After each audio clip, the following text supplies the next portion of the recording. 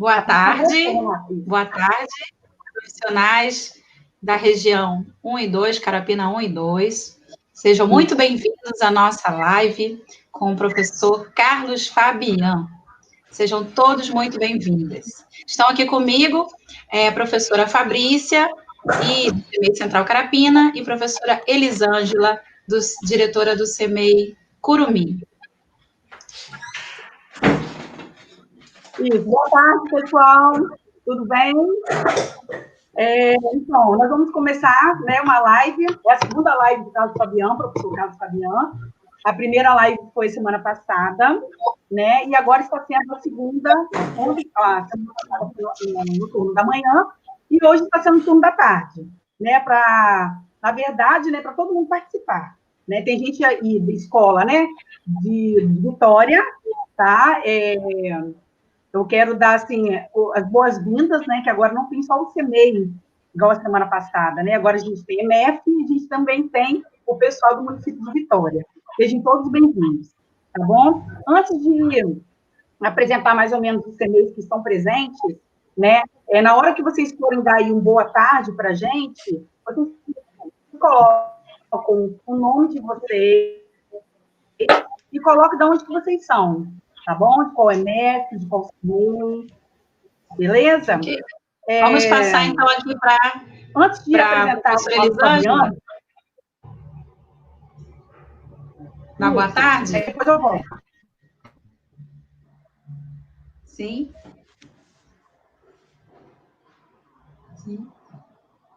Professora Elisângela vai dar uma boa tarde aqui para vocês. Sim, é que saiu sem querer. Boa tarde, gente, que tenhamos uma ótima tarde. E os comentários estão abertos, coloque aqui no chat, tá? Comentem, se inscrevam no canal, deixem seu like, tá bom? Isso ajuda aí muito a gente, tá bom? Muito obrigada e boa tarde. Agradecer aí, a presença mais uma vez do professor Fabian. Ei, povo, boa tarde. Espero que a gente tenha... Volta rapidinho, Fabian, só para falar do CEMEI aqui, para apresentar também. Vamos lá. Primeiro, eu quero, todo mundo ficou sabendo, do que aconteceu com o Carlos Fabian na semana passada, e aí o nosso abraço virtual, graças a Deus, foi só um livramento, eu falei com ele, eu costumo falar que ele fez 7 vidas, e está acabando, mas graças a Deus passou, graças a Deus está bem, foi só um susto. E ele está aí presente na história da EMEF, ex-professor Admardo Serafim de Oliveira, mestre em educação pela UFES, membro do Fórum do EJA do Espírito Santo, membro da Pastoral do Povo de Rua da Arquidiocese de Vitória, doutorando em educação na UFES, atua com formação de professores nas áreas de educação nas prisões, atendimento socioeducativo, educação do campo, currículo na perspectiva da educação popular. Tá? Esse é o mini currículo do Carlos Fabian, professor Carlos Fabian, que está aqui presente para a gente. E também eu quero já agradecer aqui a todos os CEMEIs que estão participando, todo mundo que está aí presente, as EMEFs também, em especial o pessoal da região Carapina 1 e 2, CEMEI Bem Quer, CEMEI Central Carapina, onde eu atuo, como diretora da escola, o CEMEI João de Carvalho, também que atua, situa também em Central Carapina, no CEMEI novo, que inaugurou faz pouco tempo, CEMEI Curumim, da Elisângela, que está aí, CEMEI João Luiz de Deus, José Luiz de Deus, CEMEI Professor Maria Hilda, CEMEI Raio do Sol, CEMEI Orlando, CEMEI Espaço Feliz, da Renata, que está aí, trabalhando com a gente, ajudando a gente na tecnologia, CEMEI Oceania, CEMEI Primeiro Passo, CEMEI Professora Machado, CEMEI Professora Sandra, CEMEI Vovó e CEMEI Selma, tá? Outros CEMEIs, gente, que estão presentes aí, boas-vindas, também EMEF e o pessoal de Vitória, viu? Sejam bem-vindos. E aí o tema nosso é a promoção da saúde dos docentes em tempo de pandemia. Tá bom? Seja bem-vindo, Fabian. E aí vamos começar com a nossa conversa. Boa tarde, tudo bom com vocês? É a segunda conversa, né? De um conjunto de conversas que nós combinamos com o grupo de CMEs de Serra. Estão me vendo aqui? Parece que está um pouco escuro, não é isso? Deixa eu ver aqui. Agora, melhorou aqui. Show.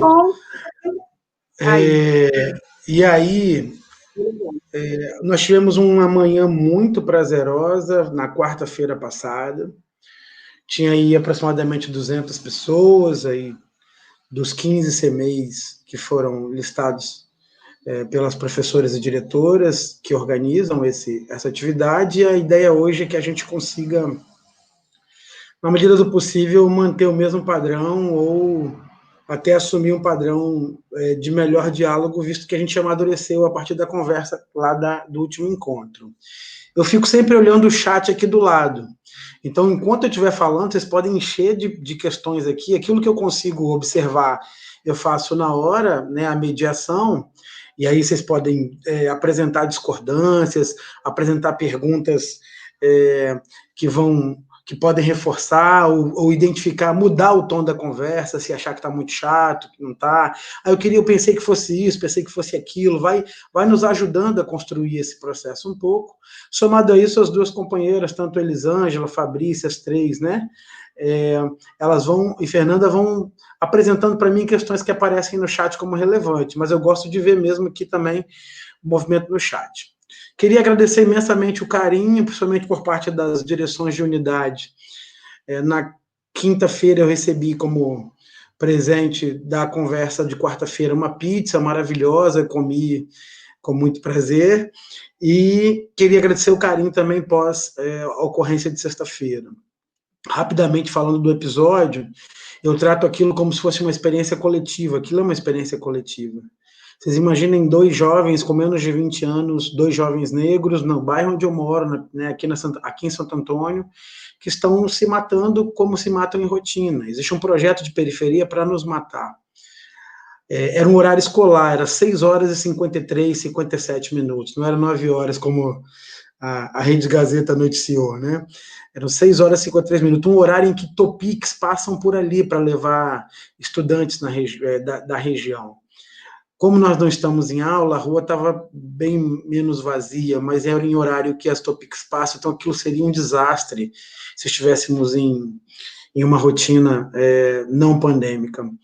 Então, a gente precisa compreender e ocupar os espaços da periferia cada vez mais, né? Com política pública, com cultura, com lazer. A Orla é maravilhosa, eu continuo convidando as pessoas para virem à Orla de Santo Antônio. Aquilo que aconteceu comigo, infelizmente, acontece com pessoas em sua rotina na periferia. Então, ele não pode ser encarado como uma experiência individual, mas ela é eminentemente uma experiência coletiva de um projeto de morte dos mais pobres. Esse projeto de morte dos mais pobres precisa ser contestado, ele precisa ser confrontado com a luta. As pessoas falam assim, pô, você recebeu um sinal, um aviso, não é para você ficar em casa. Eu entendo que o sinal que eu recebi é continue lutando, continue atuando mais do que nunca, né? Porque dessa vez você não foi, justamente para você continuar em terra, lutando permanentemente. Então é um assunto que, toda vez que alguém me pergunta, eu digo, valeu, passou, e vamos seguir junto na luta, e todo mundo que quiser seguir junto na luta, está convidado.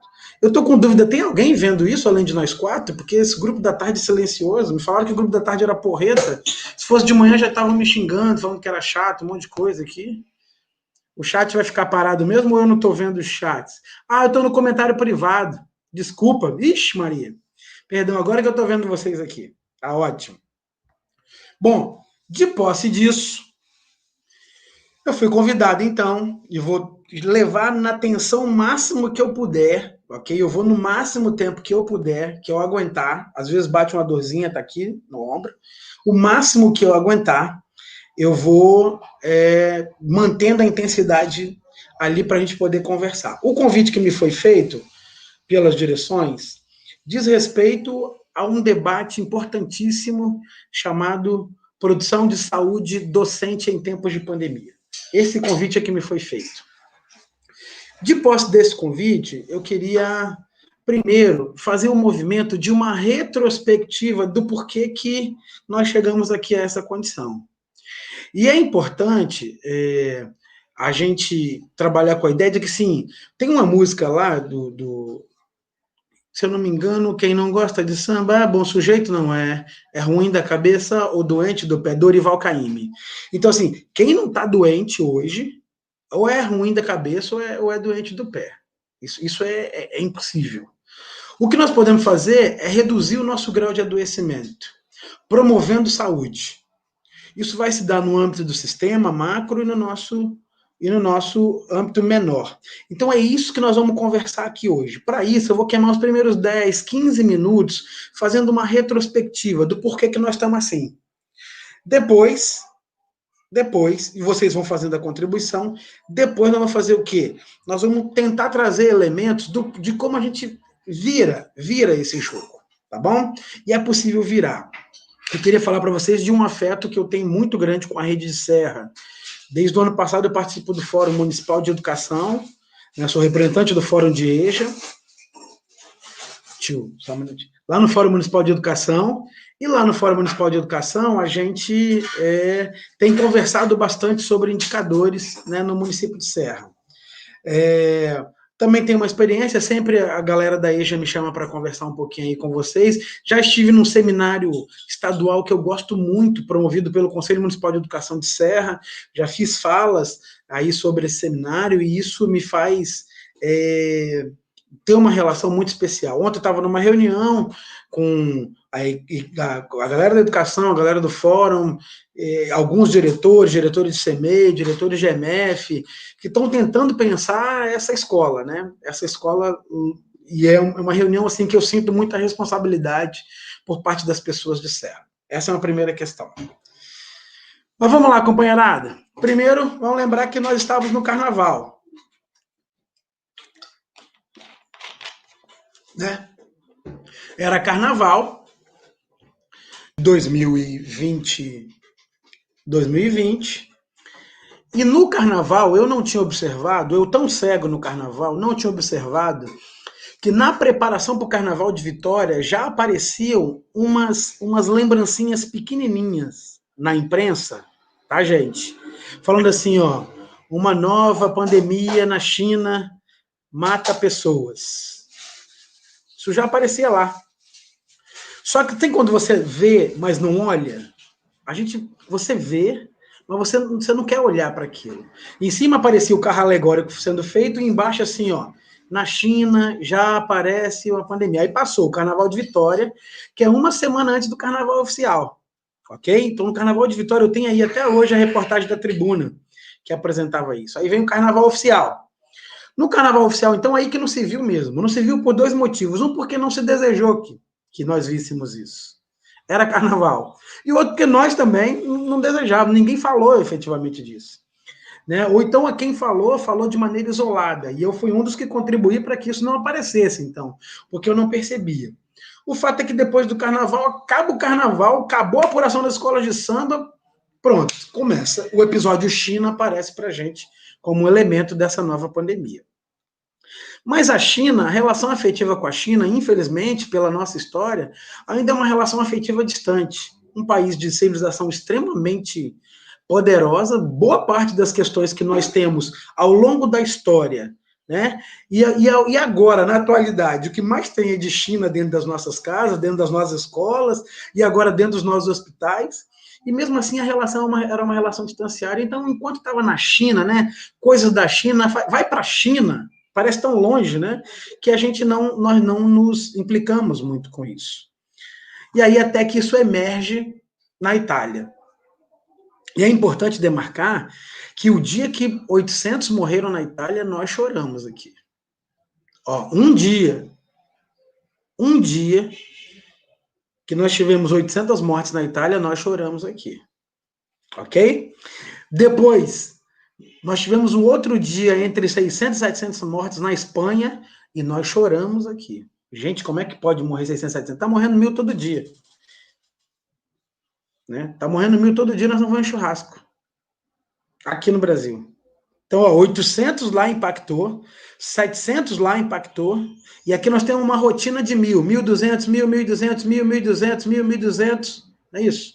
Na segunda tem uma queda por causa do problema da contagem, mas terça-feira e quarta, hoje são os 2 piores dias, porque assume a contagem do fim de semana. Aí o negócio vai efetivamente lá em cima. Mas ainda assim, nós estamos lá na Espanha e na Itália. Aí aparecem algumas notícias para a gente, a festa em Itacaré. Lembra lá? Tem a festa em Itacaré. A galera vai para Itacaré, faz a festa. Só dizem, oh, meu Deus, são irresponsáveis, fazem a festa em Itacaré, sabendo e tal. Pega lá, contamina a cidade, pode cuidar de cidade maravilhosa, Itacaré, e vai todo mundo embora, sai do resort, volta cada um para sua casa de lancha, de helicóptero, né, com os seus carros, e deixa lá o problema em Itacaré. Ainda assim é um problema distante. Aí parece que o negócio fica sério. Porque se decreta isolamento. Ok? Quando se decreta isolamento, fala assim, caraca, parece, agora o negócio pegou. E quando se decreta isolamento, as decisões vão sendo tomadas gradativamente. O que a gente chama de gradativamente? A primeira questão era não lavar, era lavar as mãos. Eu lembro que tinha enfermeira aqui na televisão, tinha professora de educação infantil, né? Tinha até musiquinha, lava o dedinho aqui, lava o dedinho ali. Começa uma ideia de um processo de educação coletiva, extraescolar, da importância de cuidados sanitários num país que não tem saneamento básico. Então, esse é um primeiro contexto. Opa, estamos isolados. Primeira semana, gente, eu que moro em Santo Antônio, moro na Avenida Santo Antônio, parecia assim, quarta-feira de cinza, 9 horas da manhã. Porque não tinha nada, nem ninguém no fim de semana. E aí tem um primeiro problema. Porque, embora nós estivéssemos em isolamento, a periferia ela continuava em pleno funcionamento, inclusive nas suas atividades de demandas de saúde, demandas de alimentação, demandas de emprego, e os meninos se comendo aqui no tráfico de drogas. CRAS fechado, escola fechada, unidade de saúde extremamente seletiva nos seus atendimentos, interromperam os atendimentos de rotina, porque entenderam que esse era o procedimento naquele momento. Então, quem tem hipertensão, quem tinha qualquer tipo de consulta, foi interrompido, e às vezes você demorava um tempo, e quem tinha exame de 2, 3 meses de agendamento naquele momento foi interrompido, você tem toda uma vida pública, ela foi ou desorganizada em função de um processo pandêmico, visto que a vida das pessoas ela continuava, a periferia que tem pouco contato com o Estado não entendia exatamente o que era aquilo, e se acrescenta aí o processo da economia. De cara, sofre imediatamente a galera da iniciativa privada. Primeiro, o trabalhador informal, aquele trabalhador que vendia coisas na rua, nos espaços públicos. Esse toma porrada de cara. Uf. Vem o povo dos eventos. Esse toma uma segunda porrada. Isso na primeira semana. Ó, primeira semana, logo. Na segunda semana, o pessoal da iniciativa privada, do comércio, começa a gradativamente mandar embora. Isso começa na segunda e vai encaminhando. Vai fazendo redução de atividade e vai encaminhando. Então, eu vou ter, então, além de um processo de fechamento, um problema de isolamento social, eu vou ter o agravamento de uma crise econômica que já não vinha muito bem. Não vinha muito bem. Não vinha muito bem. Nós, um pouco sem saber o que fazer. Né? O poder público nos coloca em atividade, antes de atividade remota, nos coloca em casa. Implica uma situação chamada de férias. Não sei se vocês vão lembrar, nas redes sociais começa um debate que aparecia assim, nós não estamos de férias, nós estamos em isolamento. Isso aparecia, né, o tempo inteiro. Não estamos de férias, estamos em isolamento. Por quê? Porque tudo muito confuso. As decisões eram tomadas e em cadeia, né? Isso acabava por apresentar um número de decisões enormes, até que aparece o Contágio em Vila Velha. O cara aparece em Vila Velha, depois em Linhares, eita ferro, chegou perto de nós. Aí chega perto de nós. Quando aparece em Vila Velha, e logo depois em Linhares, os jornais, depois de uma ação do Ministério Público, começam a identificar por bairro. Não sei se vocês vão lembrar. Tem um momento que eles vão identificar assim, cada bairro tinha lá um uma quantidade de contaminação e, às vezes, de morte. Então, foi ali que, naquele primeiro momento, a gente identificava um primeiro boom no caso específico de Vitória, Jardim Camburi, em Vila Velha, na praia de Itapuã e Praia da Costa, em Serra, se eu não me engano, Laranjeiras ou Colina de Laranjeiras, eu não lembro exatamente qual era o bairro que apareceu assim imediato como uma ação. Depois, naquele primeiro momento, se identificou que o alto número de Jardim Camburi, de testagem, naquelas primeiras semanas, se devia àquela casa de acolhimento de idosos. Foram 20 de uma vez só. Aí, o número foi lá em cima, não tinha quase número, 20 de uma vez só. Aí, depois, à medida que o tempo foi passando, nós fomos identificando que o número de testagem nesses lugares era muito maior. Você faz uma febre, o cara tem uma febre na Praia da Costa, ele vai procurar lá a testagem dele. Imediata. Ele não morre em casa. E aí tem um primeiro debate importante. Não estamos no mesmo barco. A doença, a Covid, ela pode ser democrática no que diz respeito ao seu contágio, à sua contaminação, mas ela não é democrática no que diz respeito aos dados de morte. Entenderam? Todos nós podemos nos contaminar. Isso é verdade. Mas nem todos aqui morrem. E não necessariamente o recorte tem a ver só com a idade. No auge dela, no pico dela, que a gente ainda não sabe citar, eu vou falar disso, tem uma relação direta e efetiva com o acesso aos hospitais. Quando você pega os dados de Covid, você vai ver a população que está morrendo é a população da periferia e a população negra, em grande parte. Periferia e população negra. Em São Paulo, a gente já tinha notícias de pessoas morrendo em casa. Já tinha notícias disso. Isso começa a aparecer aqui, por uma outra identificação. E aí tem a ver com a subnotificação. Muita gente em abril e maio morrendo de síndrome respiratória aguda, que era uma doença que aparecia mais agora no frio.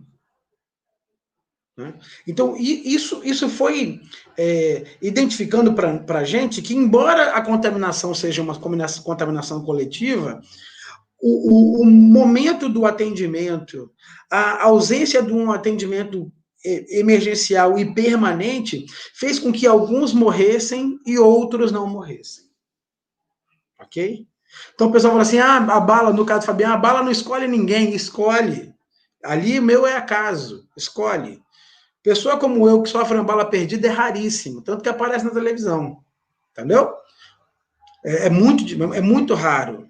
A rotina é da bala pocando na galera da miséria. Então, não dá para dizer que existe democracia. Não existe democracia de tiro perdido no Brasil, não existe democracia de doença, não existe democracia de morte no Brasil. Vai morrer em grande quantidade aqueles que não têm acesso aos serviços. Né? Então, nós temos aqui a reprodução da desigualdade com a Covid. E isso tudo vai pegar vocês, quem mora na periferia, que conhece um monte de gente, e estudantes. Principalmente os alunos de vocês. Hoje é o dia que a escola aqui em Vitória, que eu trabalho, faz distribuição das cestas, né?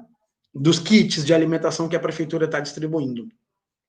Uma aluna, e o grupo de Santo Antônio resolveu concentrar aqui em casa, porque junta as escolas todas, é uma escola que eu trabalho aqui em vários polos, todo mundo junta aqui. Ela tem salas de aula espalhadas pela cidade de Vitória inteira. Os alunos chegam assim, nossa, morreu tanta gente no meu bairro, agora está diminuindo. Olha que interessante. Olha a experiência de vida e morte que o estudante está trazendo para nós. Ó, morreu tanta gente no meu bairro, só que agora está diminuindo. Então, assim, todo esse movimento vai apresentar para nós uma necessidade de pensar sobre um medo terrível. Alguns professores, esses dias uma professora que eu gosto muito em Vitória postou assim, 120 dias saí de casa a primeira vez. Agora eu vou ficar 15 de quarentena. Ó, eu nunca vivi a experiência de 120 dias em casa, não vivi mesmo. Eu saía rotineiramente com a minha família para atuação na pastoral de rua. Então, eu não sei o que é essa experiência de ficar. Mas entendo que muita gente fez essa experiência porque assim foi orientado. Logo, alguns processos vinculados à permanência no WhatsApp, no Facebook, a própria aquilo que chega na televisão, o consumo permanente de comidas, enlatados, não é isso? Somado a um conjunto de outros aspectos, vai produzir, obviamente, adoecimento. Né? Haja live para nos manter alienado e com possibilidade de saúde. Não tem, não dá conta disso. Também pode produzir outro processo de adoecimento. A alienação ao extremo, ou seja, a não implicação com a realidade também pode produzir. Como também o foco com uma lógica de dados de morte contaminados, também pode produzir adoecimento. E aí você tem uma pressão do mercado. Né? Ó, qual é a pressão do mercado? Se eu tenho trabalhador informal, desempregado e ferrado. Assim que o mercado pensa. Se eu tenho trabalhador da rede privada, desempregado. Como é que esses professores estão em casa sem fazer nada? O servidor público precisa mostrar sua contribuição. Lê-se contribuição ou redução de salário, ou até ficar sem salário. Em algum momento esse discurso apareceu. Um debate imediato, era 30, 40 dias de pandemia, no Congresso Nacional, de redução do salário de servidor público, porque compreendia que a nossa estada em casa era uma estada que beirava a preguiça. Mal sabia esse servidor público, ainda entrando na atividade docente, por exemplo, que essa mulher, que deve ser a maioria de nós aqui, professora, percebeu que ficar em casa era um processo muito mais escravista ou escravocrata do que o processo do trabalho fora de casa. Porque ela percebeu a hora que ela tinha que acordar, o tipo de atividade que ela tinha que fazer na relação com os filhos, dependendo da relação de gênero dentro de casa com o marido, né? Com filhos e maridos, que se dividia na condição de arrumação de casa, se dividia na orientação educacional para os filhos, no fazer comida e na manutenção permanente da casa. Isso é loucura. Porque está em casa. Se for paranoico, então, de limpeza, né, aí acabou. A pessoa não parava. E olha que as plataformas nem entraram ainda, hein, gente. Não estou discutindo a PNP ainda, não. Quando tem orientação educacional, se o filho tivesse em escola particular, passado um mês, aí ela teve que fazer isso tudo, sem ela ainda, como profissional, ela teve que fazer isso tudo ainda orientando os filhos. Eu achei engraçado, eu recebi um vídeo aqui, 2 minutos antes de entrar na live, assim, a mulher, o casal 120 dias depois de pandemia. A mulher vai e serve o suco de laranja de caixinha. Aí o marido, muito irritado, o machão, falou assim, fala sério, eu quero espremido. Aí sabe o que ela faz? Ela pega o suco de laranja, joga na mesa, pega um pano, limpa e espreme no copo assim, de tão estressada que essa mulher tá numa condição. Quando a Giovana fala assim, na verdade, na relação de gênero desigual do nosso país, e eu não estou dizendo que na minha casa ela é muito diferente, mas a gente tem que pensar sobre isso o tempo inteiro. Ou seja, a ideia da multitarefas, ela já estava colocada, Giovana, só que agora ela foi pique potencializada, né? Ela foi ao extremo. É como se você tivesse uma intensificação de trabalho sobrenatural e em pandemia ele foi a loucura. Ele foi efetivamente a loucura. Então você percebe, né, que o trabalho era mais. E o pior não é isso. Vinha a pergunta assim, gente, quando isso vai acabar? Quando isso vai acabar? Essa era a pergunta, quando isso vai acabar? Mas como é que acaba? Se o macro não ajudava. Nós tivemos nesse mesmo período que eu estou contando para vocês, um ministro da Saúde sai, outro ministro da Saúde sai, problemas com o ministro da Justiça, com o ministro da Educação. 2 ministros da Educação saem. Olha só, no caso específico do professor, o professor teve 2 problemas para administrar. Além do debate da saúde, a ausência do Ministério da Saúde, o professor ainda conectado se via assim, meu Deus, para onde vai a educação?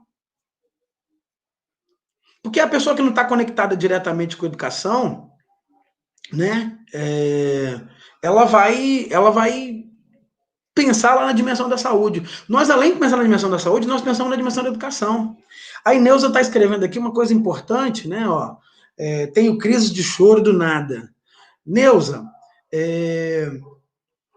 isso é comum.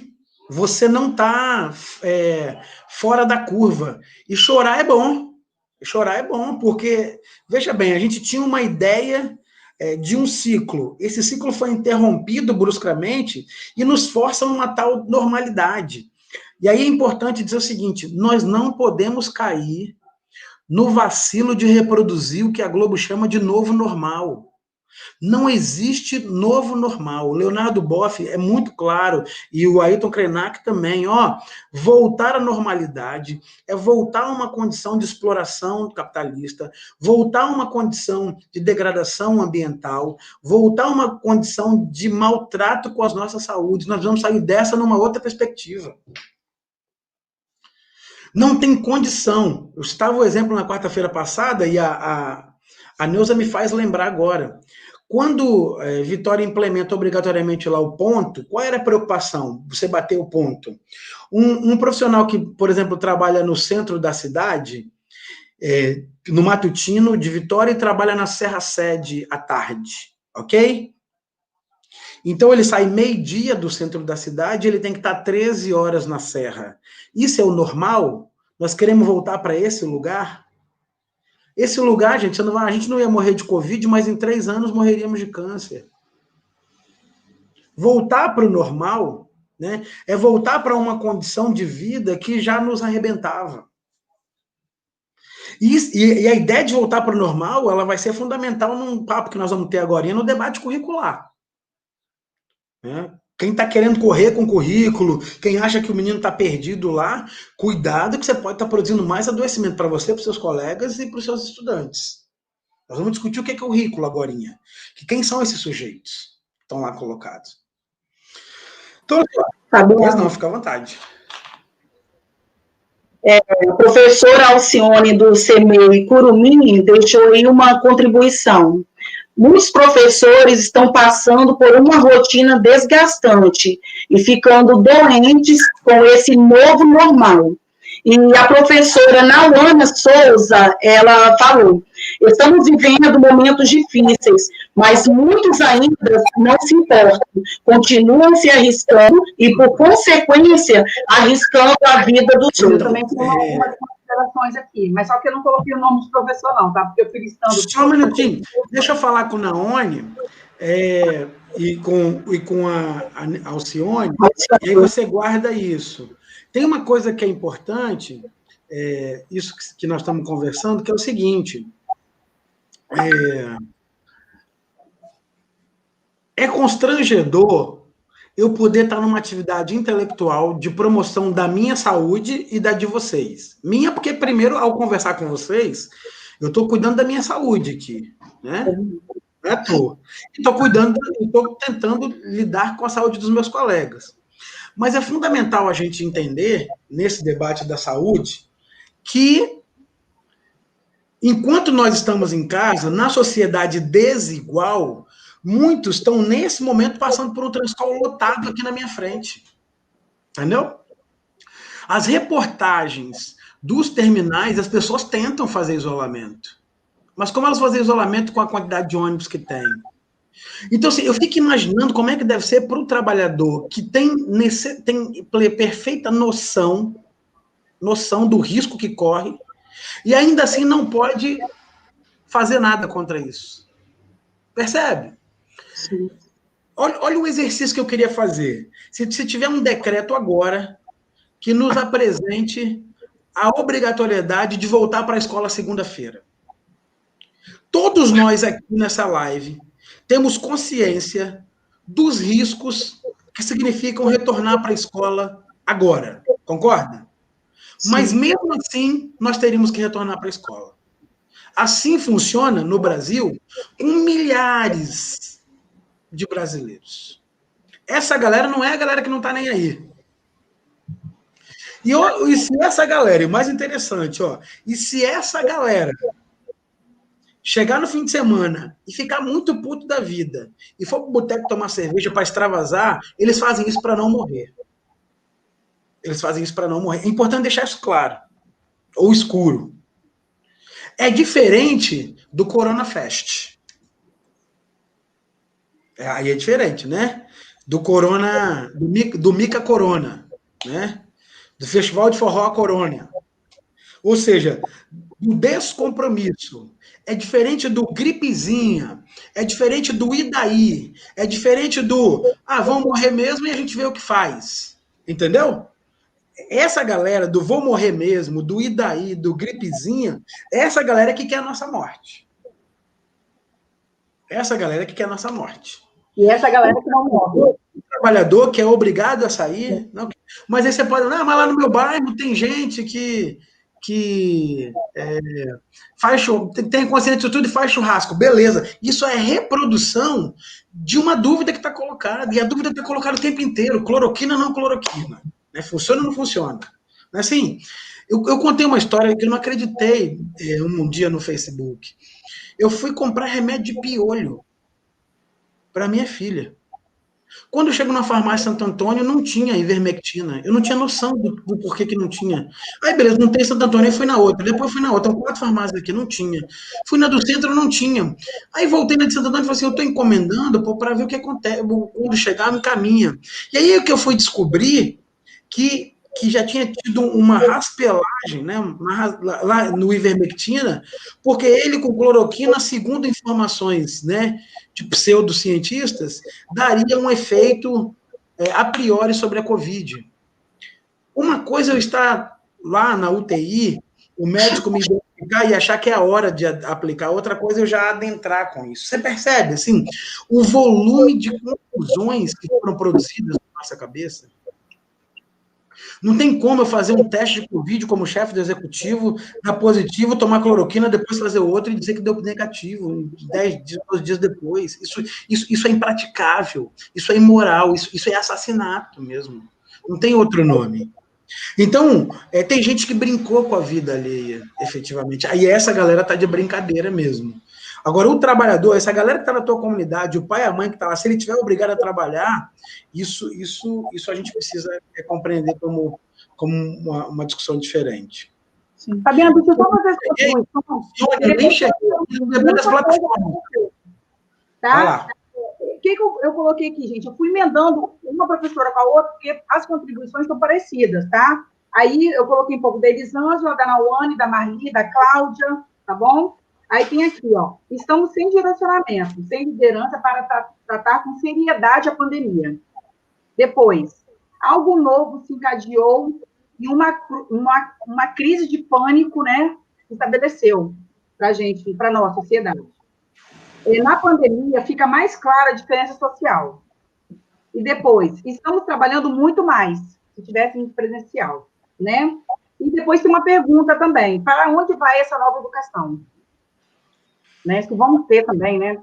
Vamos pegar essa última aí, eu ganhava dinheiro pra caraca se eu conseguisse. Eu posso apresentar pistas de onde eu acho que ela não deve ir, né? Mas essa é toda a conversa. Guarda a última aí. Então, ó. Volta só a primeira, Fabrícia, que eu acho que resume quase todas. A primeira é: estamos sem direcionamento, sem liderança para tratar com seriedade a pandemia. Então, o problema do debate político, quando fala se politizou a pandemia, na verdade, se partidarizou, né?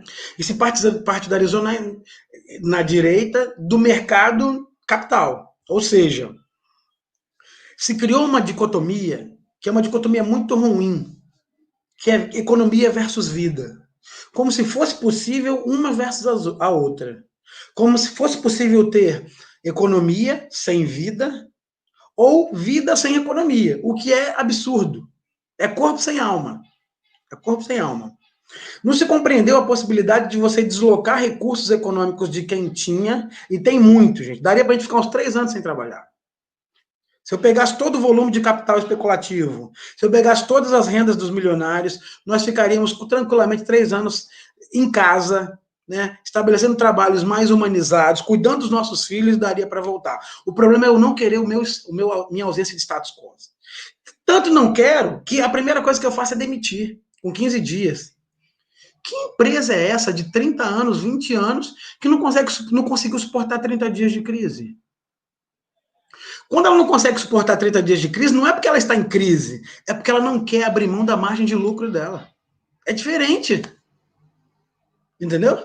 É bem diferente a coisa. Se fosse passado 2 meses, 3 meses, agora começadas as primeiras demissões, falando das grandes empresas, aí beleza. O microempresário, o trabalhador, o dono do bar, o dono do comércio ali local, é perfeitamente compreensível, precisaria de atuação pública, financiamento direto, e nem chegou para ele financiamento direto.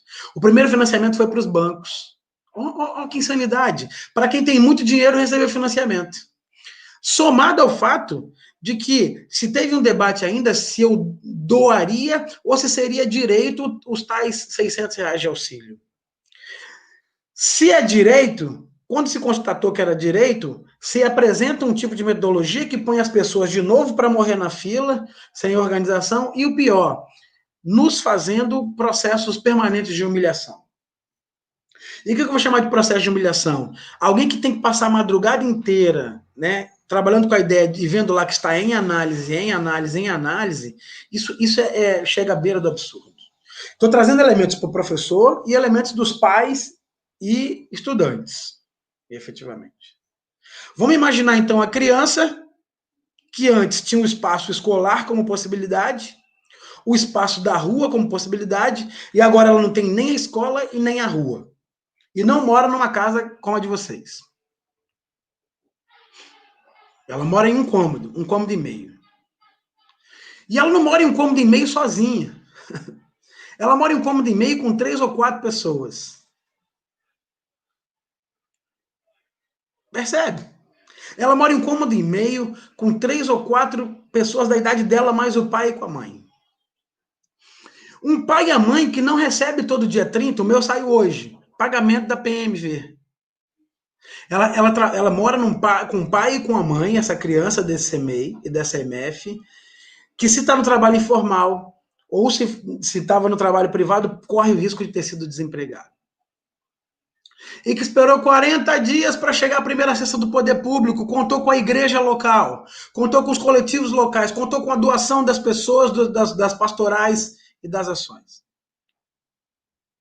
Aquele trabalhador passou a ter que pedir cesta.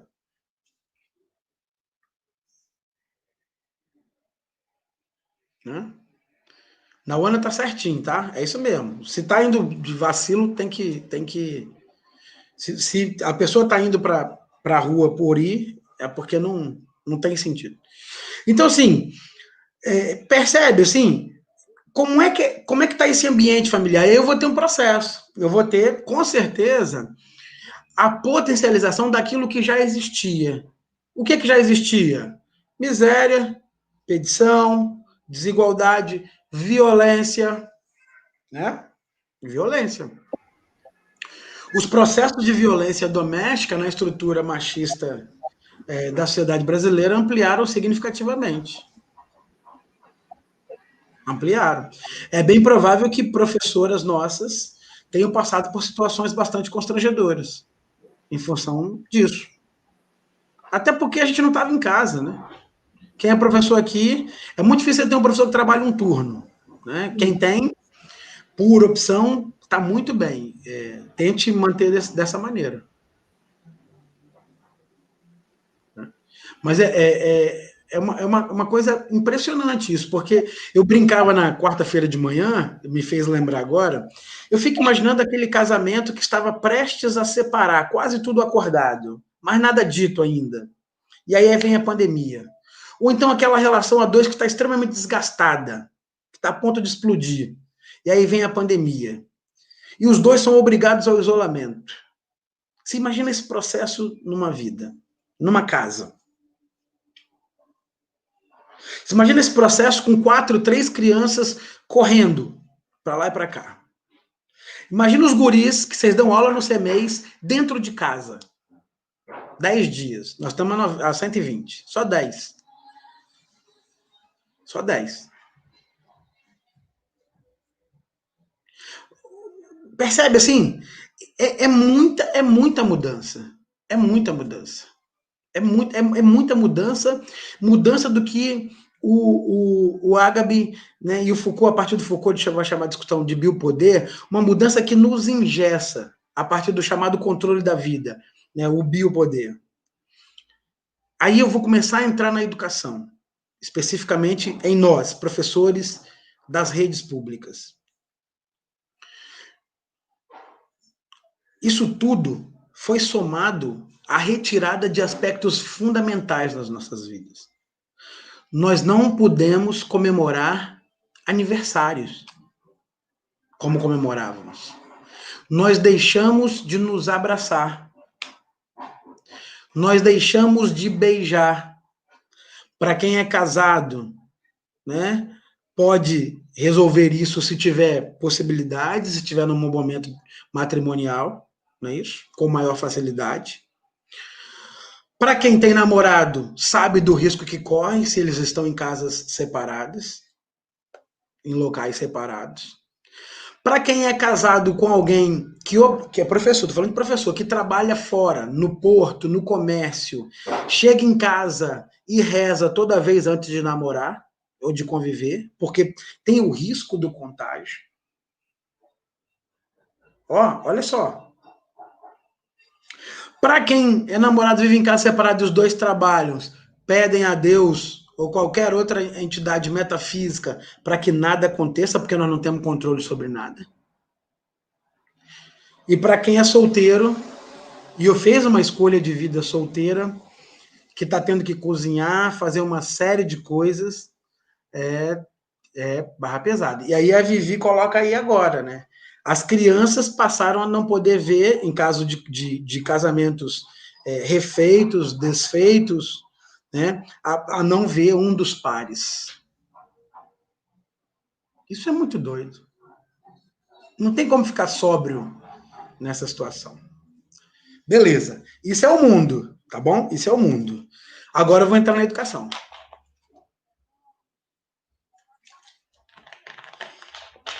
Nessa onda de nós, vagabundo, somado ao debate das escolas privadas, o Conselho Nacional de Educação, primeiro, e também o Conselho Estadual aqui, sofre pressão permanente da iniciativa privada para regulamentação. A rede privada trabalha com a ideia de que está tudo bem. Ou seja, o professor na sua casa foi orientado a dar aula, o estudante abre o computador, coloca o uniforme, ele tem lá as aulas dele, cada um sempre com a câmera ligada, se apresenta a prova, coloca na plataforma e nós vamos seguir o fluxo porque a vida não pode parar. Dane-se o mundo, a vida não pode parar. Só que tem um problema, isso não tem legalidade. O que eles têm que fazer? Vão garantir a legalidade fazendo pressão mercadológica sobre os conselhos. Primeiro, o Conselho Nacional de Educação, que vai relativizar, então, os dias letivos. Aquilo que era impossível, aquilo que era a única coisa que não se mexia na LDB. Olha que eu tentei na educação de jovens e adultos. Porque eu penso que 200 dias letivos, a gente precisa pensar sobre isso. O que isso produz para estudante e para professor. Mas aquilo era, desculpa a expressão que não existe, imexível. A primeira coisa que os caras conseguem na pandemia é relativizar os dias letivos. Então, vão trabalhar o seguinte: desde que mantidas 800 horas anuais, pode-se flexibilizar os dias letivos. Conselho Nacional. Isso bate para o Espírito Santo. A SEDU, então, vai trabalhar com uma velocidade enorme. A Secretaria Estadual de Educação, pressionada também pela iniciativa privada, porque o Conselho Estadual é quem responde pelas escolas particulares, né, de ensino fundamental e médio, começa, então, a fazer a sua regulamentação. Para fazer esse movimento mais rápido possível e não parecer tão absurdo, cuidar da vida privada e não cuidar da vida pública, a SEDU vai e compra um programa do Amazonas chamado Escolar, entenda o lar aí com letra maiúscula. Naquele momento, a SEDU dava uma ideia de que, né, o lar era o espaço possível para a aprendizagem. Aí entendo o que é lar, né?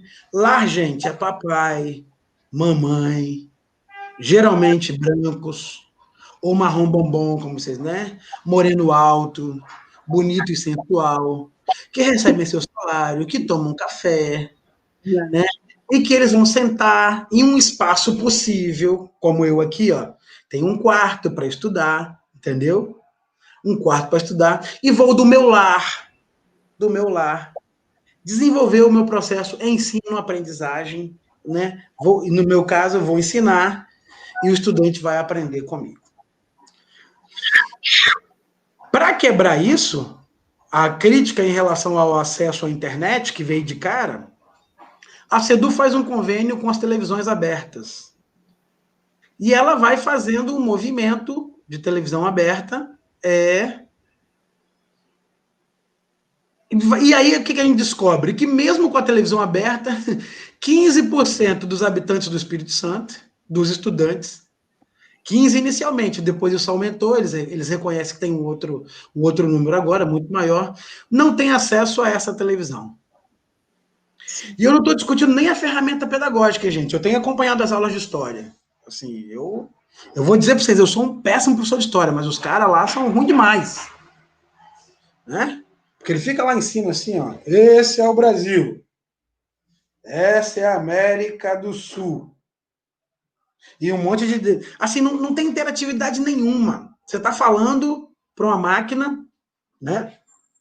Independente do que está do outro lado. Mas é o que era possível. Ele foi pensado para o Amazonas.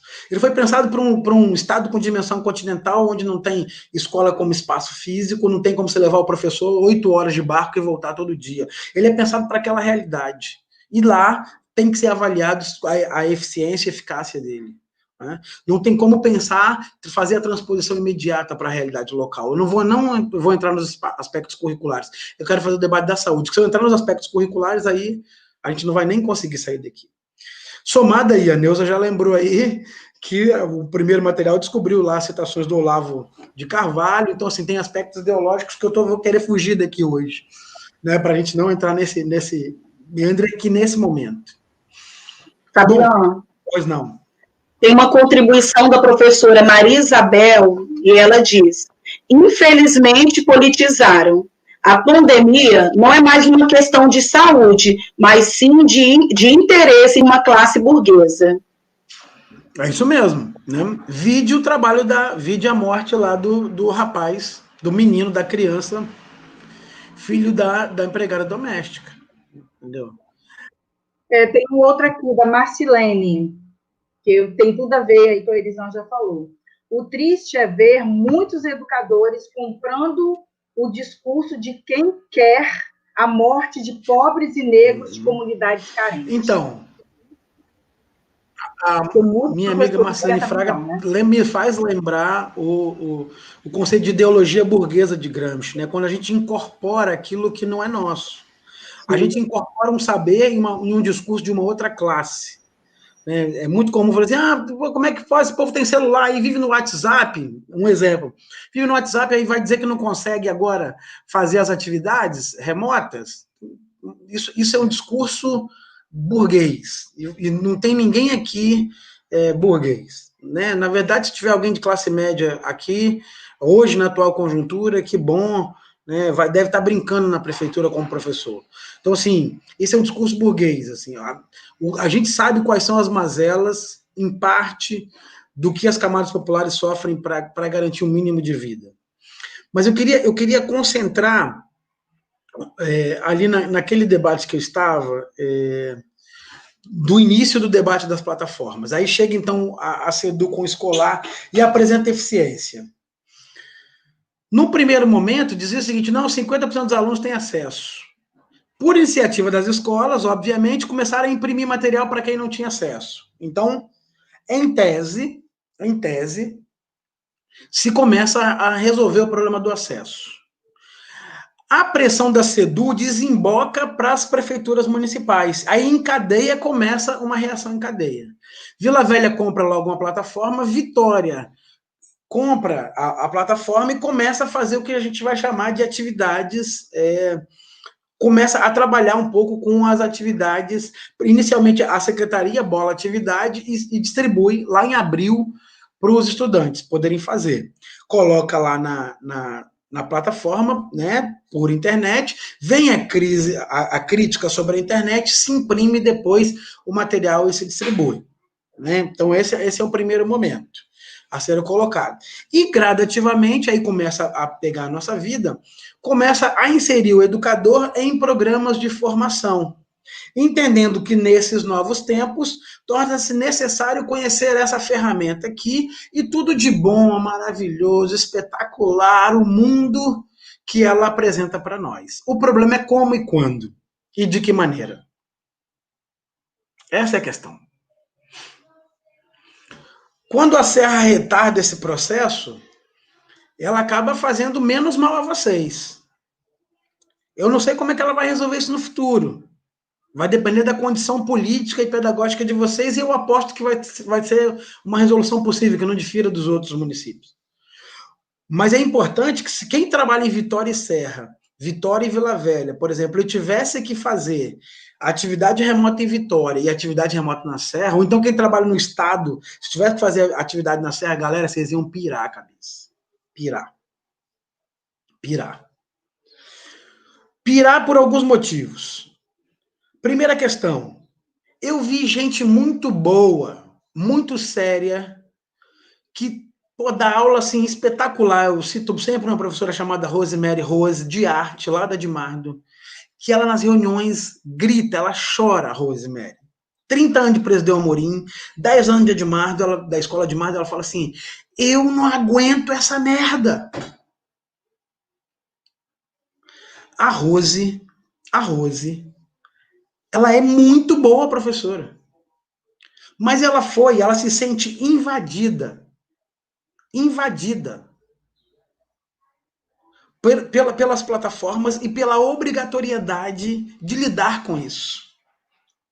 Toda vez que ela não consegue entrar numa reunião via link, ela fica para morrer, porque ela se sente culpada. Isso afetou a saúde de Rose. Rose me alertou o quanto esse processo... Foi uma das pessoas que me alertou, uma das que me alertou, para quanto esse processo ele tinha que ser um pouco mais delicado. Depois eu fiz um primeiro curso em Vitória, que eu não consegui concluir. Ele foi tão rápido, e logo depois eu percebi que quando acabou, vinha uma propaganda, assim, ei, você que passou rapidinho, se você quiser, compra o curso mais lento. Aí eu falei, entendi.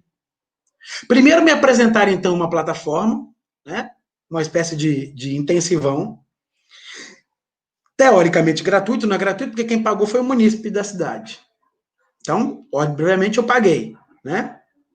E logo depois, quando eu não peguei, eu podia passar o meu cartão, que eu poderia ter acesso ao curso. Aí eu falei, olha só a sutileza da venda. Depois nós passamos a ter outro problema. Nós identificamos que tem professores que não têm computador. Ué, não pode ter mesmo, não. Eu sou obrigado a ter computador. Quem falou que tem? Se eu consigo resolver a comunicação com a minha diretora, com a minha escola, com os meus colegas por aqui, né? Se eu consigo fazer o meu tempo de planejamento na escola, produzindo meu material, colocando para impressão quando necessário, né? E depois eu não quero mais tocar, ou então estou numa atividade, numa condição docente que eu não é a minha prioridade agora, eu não quero, não pensei sobre o computador. E aí, gente, foi comprar computador, e um momento, se você ver agora, eu estou com uma máquina aqui que é da minha esposa, ela deve ter custado na época R$2.300, R$2.600. Ela foi apressar agora uma outra máquina, essa mesma máquina está R$4.000. Houve a inflação. Porque agora virou um objeto fundamental. Então, eu tenho, primeiro, não saber sobre, segundo, ter que pagar para saber, ter que saber rápido e ter que pagar. E eu vou ter um outro problema. A internet. Porque, na verdade, tem um outro antes da internet, que é o seguinte. Se o meu filho estuda ou em escola particular ou em pública e já tem as atividades remotas, ele agora tem um problema para resolver. Ele tem que fazer as atividades lá no horário. Então, ele vai precisar ter um computador com uma boa rede. E eu tenho que estar na reunião da minha escola, com o computador e com a rede. Ou então fica igual a mim, que não usava muito óculos antes da pandemia, e que agora fica assim, ó.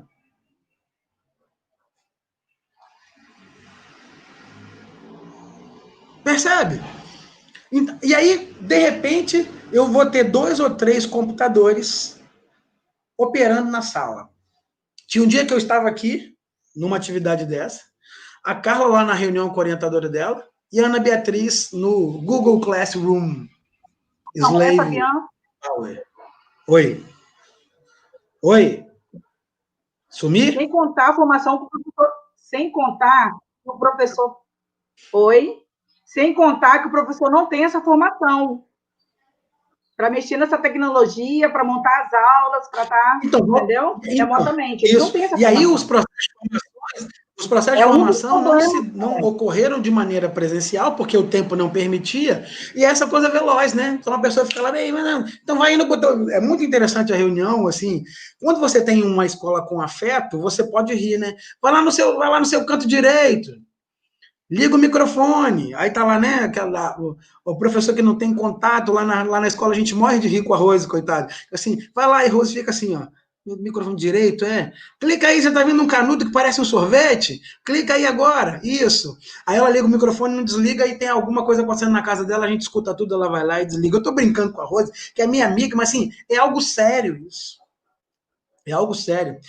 Eu tava numa live da EJA, aquilo que a gente aparece, não é brincadeira assim, a Alessandra chamou até a atenção, a Alessandra que está aqui do João Bandeira, que em determinado momento a estudante saiu, era uma live do Conselho Municipal de Educação, com estudantes da educação de jovens adultos para escutar sobre o retorno ou não às aulas. Em determinado momento a estudante saiu, começou a cozinhar, até aí tudo bem. De repente ela entrou no banheiro. Aí ainda bem que quem estava na condução deve ter algum tipo de ferramenta que ela foi e fechou. Eu não estou acostumado a lidar com isso. Vocês estão entrando na minha casa, por minha permissão. Por minha permissão. Né? Então, tudo que estiver acontecendo aqui, eu não tenho controle sobre isso. Se agorinha... a Ana Beatriz adentrar por aqui, isso acontece várias vezes, ela vai, espera aí que o papai trabalhando no espaço dela, no espaço de estudar, como é que é isso, né? Então, assim, é muita coisa acontecendo. E aí, começamos, então, a ter que produzir material, né? Primeiro, eu começo a estudar, entro nas reuniões, começo a ter que fazer busca ativa e começo a produzir o material. Percebe que se eu não tiver uma dimensão de acolhimento, eu vou pirar? Então, a professora que falou que chora, tem crise de choro, se ela somar toda a conjuntura de mortes, Covid, miséria, fome, desrespeito com a atividade docente, com todo o processo estressante que tem sido ser docente na pandemia, gente, chorar é o mínimo. E que bom que está chorando. Que bom que está chorando. Isso tudo que eu falei aqui é para dizer o seguinte, se você está adoecido, você é normal. Fica tranquilo. Tamo junto. Tamo junto. Tudo bem? Se continuarmos adoecidos, vamos morrer. Agora, então, a gente vai começar a criar antídotos para o nosso adoecimento. Ou seja, de maneira que a gente vai começar a fazer barreiras para isso. Isso é fundamental. Primeiro passo. Mais cuidado com a gente e com os nossos colegas, principalmente na escola. Ok? Aquelas pequenas diferenças ou aquelas que se tinham, pensa exatamente qual o tamanho delas. Porque mais do que nunca, nós vamos precisar uns dos outros agora. Na hora de entrar ou sair das reuniões, na hora de planejar ou não planejar as aulas. Vamos acolher aqueles professores que têm mais dificuldades com aquilo que está chegando para eles como demanda. Identifica isso. Né? Não só o papel da pedagoga ou do pedagogo, nem da direção da escola. Se eu sou colega, vamos identificar esses colegas que estão ali, né, com mais dificuldades acerca desse processo. Vamos apresentar para o poder público as nossas dificuldades e dizer, até aqui eu vou, daqui para cá não dá mais para mim. E aí tem que tomar cuidado, tá, direção? Tem diretor dizendo aí que 95% dos alunos estão tendo acesso ao material lá no ensino fundamental na Serra. Então tá tudo tranquilo. Então, assim, vamos ver aquilo que a Marcelene fala. Nesse momento, eu preciso olhar para a minha realidade e identificar o que vai estar, porque eu vou ter um outro problema. O meu problema é como o meu estudante vai chegar nesse CMEI ou nessa MF. O meu estudante vai chegar destruído, esfacelado, infelizmente. Tomara que não. Tomara que não. Porque ele vai chegar, quando ele vai retornar, primeiro com muita saudade, e eu perguntava de manhã como é que é lidar no CMEI, como é que é lidar no CMEI, gente, com a possibilidade de dizer não me abrace, ou senta ali, titia. Mais ainda, lidar no 1º ao 6º ano, por exemplo, ou até no 7º, no 8º ano, com a dimensão do afeto, por exemplo. Porque lá nas primeiras semanas, o nosso sonho era voltar, né, molhar a escola com mangueira, tomar banho de mangueira, fazer jardim, pintar a escola, botar as crianças para correr no pátio. A realidade que está se desenhando é cada criança a cada 6, 7 metros de distância, com revezamento, recreio dentro da sala, alimentação entregue. Então, Carla, Ana, Beatriz, a Carla dizendo que tem medo, porque o filho dela gosta muito de abraçar. A Bia não vai poder voltar para a escola, é impossível. Eu peço ela para fazer demais. Inclusive, ela está gripada agora porque abraçou o tio. Eu estou desesperado. Eu peço demais para ela fazer isolamento, mas não é dela. E eu também não vou educar mais minha filha para não abraçar, é o contrário. Eu vou educar a Ana Beatriz para abraçar. Eu vou educar a Ana Beatriz para cumprimentar toda e qualquer pessoa. Então, não dá para fazer isso agora. Mais, né? Ó, nesse momento não, mas então não tem como ela voltar para a escola, não ver os colegas e fazer assim, ó. Não dá.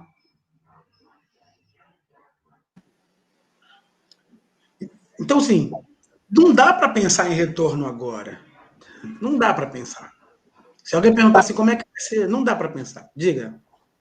Dentro dessa linha, esse ano a SER iniciou o trabalho dentro da linha escola que acolhe, escola que transforma, né? Agora, mais do que nunca, os gestores, né, precisará, assim, acolher todos os profissionais da unidade de ensino, os diretores também precisam ser acolhidos. Como que nós poderemos acolher a família e acolher as crianças se nós também não recebemos esse afeto? Então, agora, mais do que nunca, a gente precisa ter um outro olhar, pensar no outro e acolher mesmo, para gerar transformação. Então, Elisângela, vamos começar então a fazer algumas sínteses legais. Gente, primeiro aspecto disso que você está falando, acolhimento como currículo. Aí, galera que está aí, ó, o João Bandeira, do Ensino Fundamental, pessoal, ó, para com essa onda de adentrar com atividade pós-atividade, achar que isso pode ser interessante. Ó, nós vamos. A atividade presencial não pedagógica é para vínculo, para manutenção de vínculo. Para dizer, escola, eu estou aqui. Beleza, vamos manter. Escola, eu estou aqui. Isso é fundamental.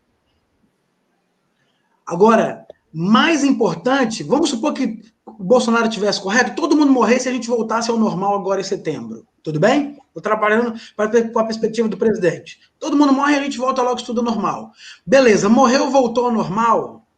Primeira dimensão do currículo não é fazer síntese de conteúdo, não é recuperar tempo perdido. Não se recupera a história. História analisa. Você pode mudar o futuro, atuando no presente de maneira diferente. Mas você não tem como compensar aquilo que se passou. Não existe isso. Não existe isso. O que nós temos que fazer, então? Primeira parte, acolhimento é constituidor do currículo. Quem são os meus alunos? Quantas pessoas eles perderam? Quantos vizinhos eles perderam? Como é que sobreviveram à fome, à miséria? Ou como resistiram a isso? Como é que brincaram sobre isso? Quantos ajudaram? Como brincaram? Como produziram jogos e brincadeiras? Quais informações que tiveram sobre a Covid? Como ficaram perdidos? O que sentiram de falta dos professores ao ver a escola fechada? Como foram ou não foram atendidos pelos equipamentos públicos? Isso é básico, isso é a primeira parte. E não é no primeiro dia ou a primeira semana de acolhimento, não, Serra Feliz. Isso vai demorar um tempão. Para a secretaria, e vocês, diretores, têm grande condição de conversar com a secretaria está disposta a esse tipo de diálogo, é o seguinte, ó, nós queremos prática de acolhimento para nós. Nós, professores e diretores, precisamos ser acolhidos e compreender como acolher. Sim. Porque eu que estou destruído pela violência doméstica, pelo desemprego, pelas dívidas, né, por um conjunto de coisas, como é que eu sou professor vou acolher alguém? Eu, diretor de EMF, que estou pressionado que 40 mães fizeram atividade e quero que o menino tenha certificado. 60 não apareceram, né, por 1000 motivos. Como é que a gente vai fazer? Eu também estou esfacelado. Eu preciso de ter cuidado. Né? Então, assim, o acolhimento como currículo ele é fundamental no retorno. Por enquanto, agora, nós temos que nos acolher nas nossas reuniões. Nós temos que nos cuidar. Aquela chatice de sala de professores, que eu implico com a minha diretora, né, que eu dou uma tirada nela, ou que eu implico com a minha pedagoga, ou que minha colega fala uma coisa diferente da minha, eu vou lá e dar uma porrada. Para! O colega está tão destruído quanto você. Vamos nos olhar. Ó, vamos nos cuidar. Se nós estivermos fortalecidos, vai ficar mais fácil o retorno em dezembro, em janeiro, em fevereiro. Agora, se a gente voltar despedaçado, galera, aí nós vamos morrer de outra coisa. Nós podemos voltar despedaçado com a vacina e morrer de outras coisas. Entendeu? De outros processos de saúde mental.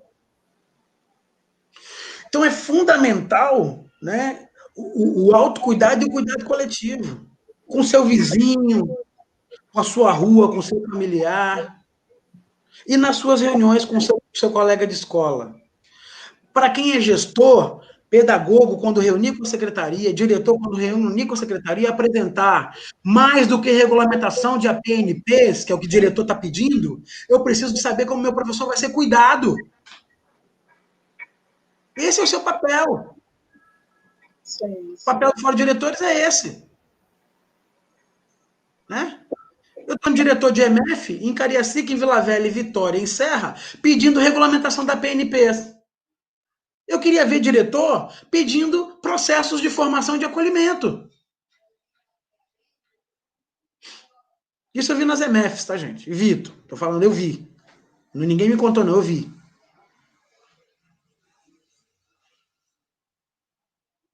Então, assim, eu preciso de cuidar das pessoas. Então, é dizer isso, secretário, gente boa, por favor, cuida de mim. E eu preciso cuidar de vocês também, porque aí tem uma outra dilema que é importante. Aí vocês vão me chamar de pelego, mas isso é importante. Não pense que quem está em momentos decisórios nesse momento está com tudo sob controle, está com saúde tomando banho na piscina, não. Os caras também estão pilhados. Os caras estão pilhados. Então, lá na sua rede, na rede de vocês, o professor Gelson, a professora Elisângela, a professora Débora, que é do Fundamental, a Caroline, que era da Especial, não sei se ela está no Infantil. Essa galera toda está pilhada. Elas precisam também ser cuidadas, senão vão pirar. Lá na minha rede, a secretária municipal de educação, a minha diretora, a minha gerente também está pilhada. Quando eu falo de cuidado coletivo, não é um cuidado só dos nossos pares, né? É um cuidado efetivamente das nossas redes. E como é que eu cuido do outro? No tom que eu falo com ele. Mais ou menos assim. Secretário, compreendo o seu lugar, compreendo a pressão das APNPs, né? Compreendo que a pressão está grande, mas nós, professores e nós, diretores, estamos numa pressão insuportável. E eu quero conversar com vocês sobre o que nós estamos vivendo, para que o senhor possa propor, né, algo que seja significativo para nós, para que a gente possa tocar a vida. Alguém ia falar aí? Porque eu tenho a dinâmica intersetorial. Fala, querida, agora eu tenho um remedinho para tomar. Vai, alguém... Fabrícia, você falou alguma coisa? Sim. De tudo que você falou aí, na terça-feira, eu até indiquei para o meu grupo, né, o pessoal de Carapina assistiu, foi uma live que ocorreu à noite, né, que o tema foi educação remota, para quê, para quem e a serviço de quem? O Antônio fez uma reflexão, e agora, não lembro agora o nome da professora, Os dois são... Ele está fazendo mestrado na UFES e a menina de Brasília, doutora também. Esqueci o nome dela agora. E aí a discussão foi muito interessante. Porque nós estamos atendendo o sistema. Para que fazer isso? Para quem fazer isso? E se todo mundo entrasse de greve nesse momento? Então, assim, nós não vamos fazer. Se juntar todo mundo, nós não vamos aceitar isso, nós não temos condições para isso, nós não temos tecnologia para isso, nós estamos gastando a nossa luz, nós estamos pagando internet, e querendo ou não, quem tinha uma internet de tal pacote teve que aumentar para estar fazendo coisa, para estar fazendo trabalhos para estar apresentando para a escola. Então, quem é que paga isso tudo? Esse custo todo, esse gasto todo que se dá. Aí, assim, se todo mundo entrasse aí, se unisse, né, os gestores, os professores, todo mundo, junto ao sindicato, e parasse tudo, o que ia acontecer? Então, assim, o questionamento foi muito bom. Em relação também a dar tudo certo, e a gente tem que dar um tiro no pé. Porque se está dando tudo certo, não presencial, para que a gente vai ter professor presencial na escola? Né? E não presencial deu tudo certo. Então, não precisa pagar professor presencial. Então, ele falou muito em relação a isso, aos cuidados que nós temos que ter. Igual você falou, que tem diretores aí da Serra que falou que tem 95% dos alunos tendo acesso. Eu não acredito. Eu não acredito, porque pela realidade aí das periferias que a gente aqui está, né, como Carapinão, que a gente fala, né, Carapina 1 e 2, não é a nossa realidade. Não é a nossa realidade. Muitos pais ligando, falando, olha, não tenho como ter acesso, eu tenho, sim, um WhatsApp, eu tenho, assim, um Facebook, mas eu não tenho condições de estar tendo acesso agora, porque eu não tenho como pagar a internet. Entendeu? Então, essa discussão tem muita coisa a ver do que em relação a isso que a Bia está falando, né? Em relação ao que nós estamos passando. Vai ter que se virar para atender o sistema. E é isso que está acontecendo com a gente. Sendo que a gente não sabe qual é o seu rumo, né, gente? Porque cadê a nossa carga horária? Está contando? E a legalização dessa carga horária? Que não tem um documento certo na Terra ainda. Nós estamos, assim, perdidos. Nós estamos sem orientação mesmo. Estamos perdidos. Um cuidado que vocês têm que ter, que eu acho que é legal, especificamente da Serra, é que o fato de vocês ainda não terem regulamentado pode ajudar e muito com que a regulamentação seja a melhor possível, ou, perdão, a menos pior possível, entendeu? Essa é uma primeira questão. Essa é a primeira questão. O fato da Serra ter feito uma escolha de não entrada imediata no trabalho remoto, na produção de atividades, alivia bastante os professores. Eu acho que isso é uma coisa legal. Isso não é uma coisa ruim, não. E a escolha foi intencional, tá? Ela foi intencional. Volto a dizer, se você estiver, quem trabalha em Vitória e Serra, e estivesse naquelas dois trabalhos, pegar a Fábia Ferreira, que está aqui, né? Se Fábia estivesse na loucura, nós lá na Dimar da tarde, que ela tem lá, e ainda na loucura da Serra de manhã, bicho, é piração, não dá para ir, entendeu? Então, assim, isso é uma coisa interessante. Essa regulamentação, ela vai se dar e tem representante de vocês lá. Então, assim, é importante que diretores conversem com vocês de como essa regulamentação vai se dar. E ela vai se dar de forma um pouco rápida. Né? Vocês têm um Fórum Municipal de Educação, gente, muito cuidadoso. Estou falando de cadeira, eu acredito. Sim. Eu aposto e acredito na Paula. Eu aposto e acredito no Pedro. Conheci os caras no Fórum de Educação. Eles também estão no Conselho Municipal de Educação. São pessoas, assim, extremamente responsáveis. Então, são pessoas que vocês podem ligar para elas ou acionar, que elas vão dando respostas. Então, assim, me parece que nós temos luz na Serra. Nós temos luz na Serra, nesse sentido. Em termos de regulamentação. Mas regulamentou, não vai agradar em nenhum lugar, porque eles vão fechar tudo em bloco. Isso não vai ser um problema de Serra, vai ser um problemão no estado Vitória, Serra, Vila Velha e Cariacica. Regulamentou, como é que a gente faz com a nossa rotina, com a nossa saúde? Cuidar da nossa saúde não é uma perspectiva individual, não. É porque nós só vamos conseguir cuidar do outro se a gente tiver cuidado. É por isso. Vocês, diretoras e diretores, só vão conseguir cuidar da gente, professores, se vocês tiverem cuidados. Esse foco é importante. E aí diminuir um pouco as tensões, nos cuidar, sair um pouco da tela, Fazer literaturas em reunião de formação, às vezes não é necessário, gente, tem um tema da ordem da política pública. Vocês podem apresentar um debate do teatro, um debate da literatura, um debate da comédia. Isso é importante para produzir saúde, nos deslocar. Um debate, né, da meditação, produzir reuniões, né, em que você pare seu tempo obrigatório, porque às vezes as pessoas não têm a cultura de se cuidar, por exemplo, o professor da meditação, ele não vai fazer isso. Mas aqui você tem que estar aqui. Isso aqui é carga horária. Então, hoje nós vamos meditar. Entendeu? E aí, fazer exercícios de cuidado com o corpo, aproveitar o educador físico que está lá e dizer, gente, ó, hoje vocês vão me ver aí na câmera. Vamos tentar fazer atividade de rotina, sabe? Isso é fundamental, é deslocar, é parar com a ideia de que nós só nos educamos falando. Eu fico imaginando se meu colega educador físico fizesse aqui, nessa tela, um conjunto de orientações de atividade naquele momento para que eu pudesse fazer isso. Né? Trabalhar com aquilo que a gente propõe para as crianças de jogos e brincadeiras, jogar, brincar, rir com os colegas, para que a gente possa jogar isso para fora. Depois de jogar isso para fora, quais são as dificuldades que nós estamos tendo nas plataformas? Aí o professor vai falar, ele não precisa falar reclamando, quando eu estiver cobrando, porque como a gente não toca nesse assunto, eu estou lá pedagogo, eu começo a tocar o trabalho. Gente, dia tal, vocês têm que me entregar tal, dia tal. Aí o professor vai e grita, né? Eu não aguento mais isso, tal. Primeira pergunta, gente, eu queria ouvir de vocês o seguinte, ó. Quem está com dificuldade em relação à questão da plataforma, além dessas que a gente já viu, e quer conversar um pouco sobre isso, ver se a gente consegue ajudar. Aí a pessoa vai falar isso aqui tudinho. Colega, qual colega que pode marcar um momento aí no home office para ajudar a colega nesse sentido, fazer uma orientação mais legal aí, entendeu? Ó, você começa a criar vínculos, começa a sair desse lugar, do lugar comum, de que só existe uma possibilidade de nos formar, que é eu falando sobre aspectos teóricos, o outro ouvindo, né? Ou então eu apresentando produções de material.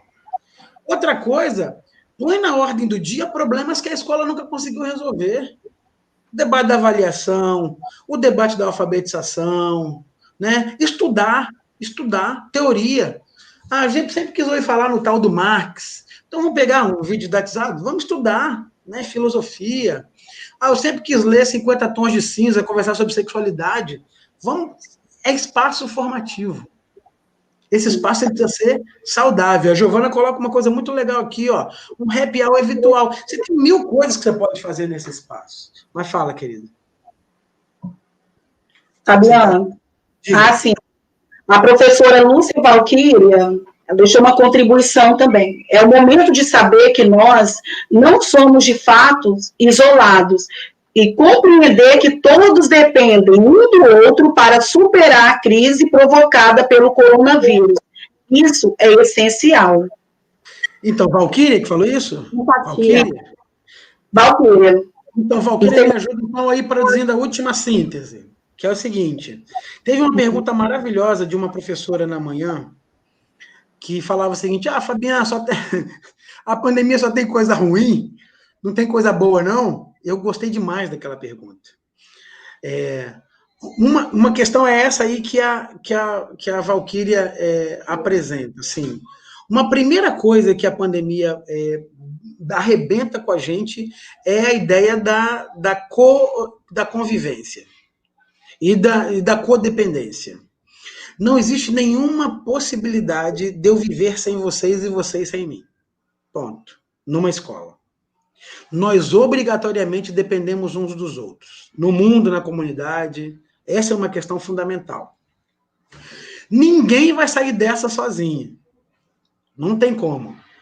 Nós percebemos que, inclusive, a gente faz furo, né, nos nossos isolamentos, dá aquela corridinha para ver o avô, a avó, a tia, escapadinha para ver o namorado, para ver o sobrinho, a sobrinha, porque é impossível, né? É impossível trabalhar, né, com essa perspectiva da não convivência, né?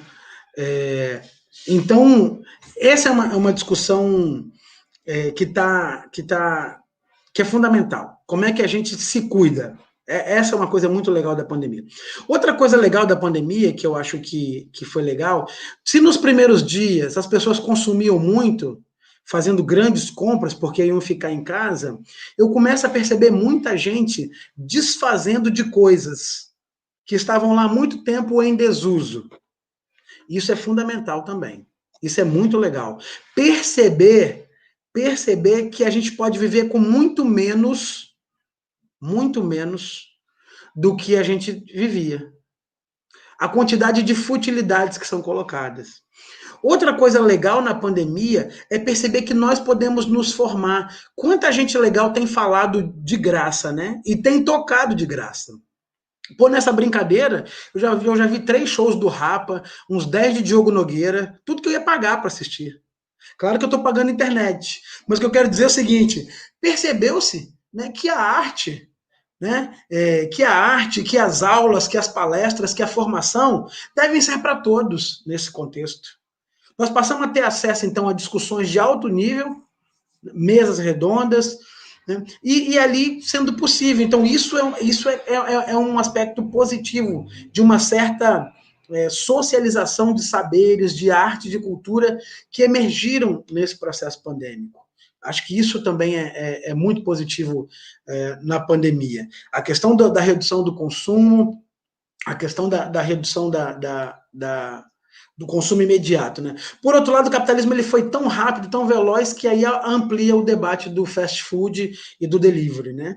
Então, assim, tem gente que também está ganhando muito dinheiro com isso. Então, ele vai conseguindo se reformar muito rápido, e aí nos apresentando possibilidade de consumo, e a gente acaba caindo de novo nessa onda pesada do consumismo. Mas, assim, são aspectos que foram acontecendo no processo pandêmico que apresentam para nós. Agora, sabe o que é mais maneiro na pandemia? Acabou o debate de que o professor não é dispensável. Isso é que é mais maneiro. Se em algum momento um processo trabalhava com a perspectiva, né, da inexistência do professor, gente, daqui a alguns anos a atividade vai ficar obsoleta, ficou nítido, explícito, por mais que a gente produza experiências de EAD potentes, a educação fundamental, a educação infantil, ela é eminentemente presencial. Eminentemente presencial. Isso é muito legal. E aí a Elizabeth já contribui aí, com aquilo que eu finalizava, a grande contribuição da pandemia foi a terra dar uma parada. Eu passo pela beira-mar e vejo mais peixes pulando. Você está vendo animais, né, diferentes passando aí pelas ruas da cidade, cobras. Esses dias estavam dizendo que perto de parques, onças têm caminhado, né, com mais frequência, bicho preguiça. Eu moro perto do Parque da Fonte Grande, encontraram esses dias um bicho aqui bem grande, depois até descobri que era um bicho preguiça, demorou pra caramba, aqui perto do santuário, ele saiu lá do Parque da Fonte Grande, porque percebeu o silêncio, percebeu a possibilidade de se deslocar, e isso eu acho que é muito importante. Mas o que é de ruim é que a desigualdade também aumentou, e a Cláudia já antecipou, né? Ao mesmo tempo em que os pobres ficaram mais pobres, os ricos, nesse processo, não empobreceram. Eles ficaram mais ricos a partir da lógica de financiamento e das escolhas que foram feitas pelos governos em financiar esse grupo e não aquele. Então, nesse sentido, gente, sugestão para nós. Acompanhem os debates, ok? Ponderem sobre o excesso que está sobre vocês, mas ponderem. Coloquem a saúde de vocês como o debate principal da formação e vão aos representantes ponderando sobre as decisões. Não esperem com que as decisões cheguem até vocês, porque elas serão tomadas em coisa de 10 dias sobre as APNPs. Vocês têm representação, os professores aqui têm o Sindjux pela base, né? Os diretores aqui têm o fórum de diretores. Então, vocês têm representação que podem saber sobre como as decisões têm sido tomadas. E aí, essa necessidade ela é fundamental de conversar com vocês. Tudo bem? Eu vou para as últimas perguntas, porque hoje eu vou ter que tomar um remedinho. Nós estamos a 1h32 de conversa. Quero ouvir vocês. Fabiana, eu pensei que você fosse falar. Fabiana, eu pensei que você fosse falar com uma. Aqui na Serra, além do fórum também, nessa pandemia, foi criado um grupo de representantes de diretores, tanto de diretores de educação infantil, como do ensino fundamental. Aí esses diretores já levam essas demandas para a Secretaria de Educação. Aí, geralmente, né, todas as tomadas de decisões aqui no município é pensado juntos. Tem uma contribuição também da Mara Rubia, que ela fala também, dentro da sua linha, da sua fala hoje, qual o ponto positivo da pandemia? Crescimento no campo pessoal, conhecer seus próprios filhos, conhecer aqueles que ama e convivia por somente 3 horas diárias. Isso é legal mesmo, porque nós professores éramos meio que turistas, né? Quem tem 2 turnos chegava em casa às 6, ia dormir às 10, para outro dia sair às 5h30 e tal. E quem tem 3 turnos chegava em casa às 11 para fazer o mesmo processo. Fim de semana, a gente ia fazer outras coisas, né? Inclusive voltar à retomada. Então, ter a possibilidade de nós convivermos é fundamental. E perceber que uma série de diferenças que a gente tinha podem ser minimizadas, né? A gente precisa deixar de falar mais com as pessoas, porque elas nos fazem falta. Isso é fundamental. Eu queria pedir desculpa, assim, eu não sei como é que vocês estão sentindo a live. Por causa da própria minha condição de saúde hoje. Eu queria saber se contribuiu ou não, né? A gente pode voltar num outro momento que esteja melhor. Eu não quis desmarcar, mas eu queria muito ter o retorno de vocês. Se foi possível, a gente conversar sobre saúde, tá bom? Então, Fabiano, em relação aos comentários aqui, o chat, assim, tá todo mundo falando que é relevante, sim, que valeu a pena a live, e que é sem utopia, bem realista, entendeu? E todo mundo satisfeito, todo mundo elogiando. Tá? E muita gente mandando mensagem também positiva para você, que bom que você está bem, que bom que você está aqui hoje, tá? Ficaram, Fabiano, na verdade, 3 perguntas, mais uma eu acho que você respondeu, que foi da professora Nauane, que foi como fazer para superar tantos desafios e não ficar doente. Eu acho que você falou, assim, algumas medidas, né, que a gente tem que tomar que minimiza, não melhora. Não, mas a gente fica doente, né? E a outra, né? Para onde vai a educação? E depois, não seria a hora de rever tudo da escola, professor? Rever tudo? Vamos então para essa aí. Sim, olha aqui, é isso mesmo.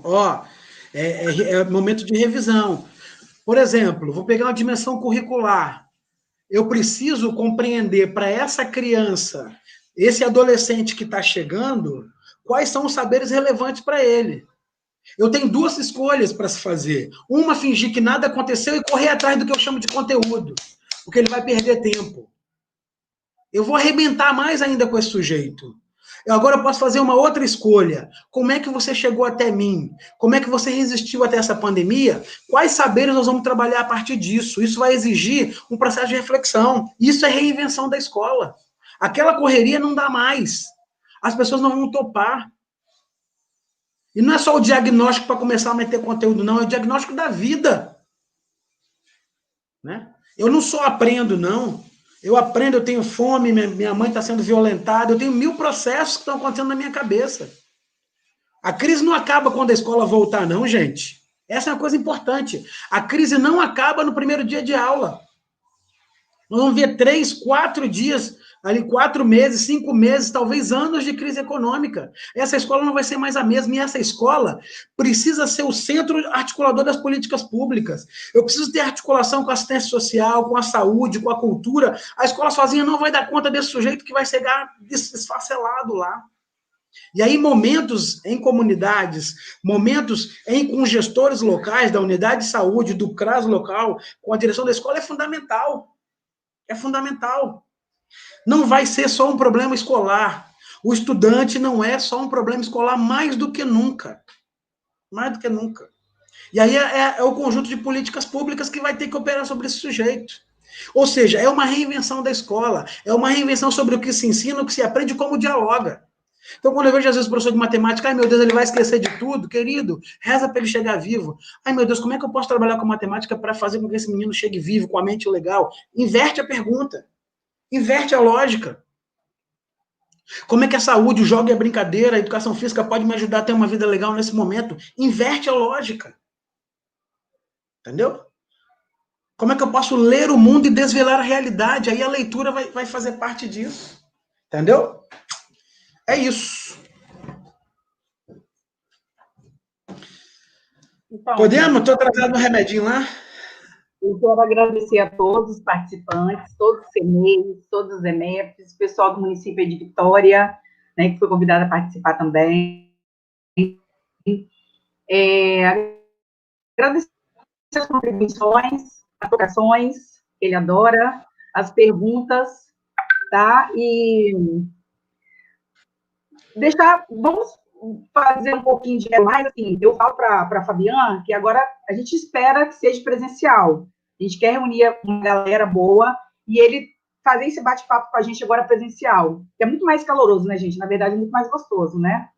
Mas, assim, valeu muito a pena. Quero agradecer aqui a Renata, né, que está o tempo todo aí dando apoio para a gente, a diretora do Espaço Feliz.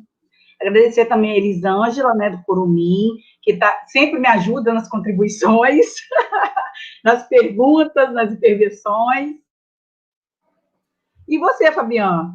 Que é o nosso gente. Gente, olha, de fato, eu estou sonhando com esse momento presencial. Estou sonhando com esse momento presencial, entendeu? Porque estou doido para a gente conversar, né? Talvez nessa retomada, tá bom?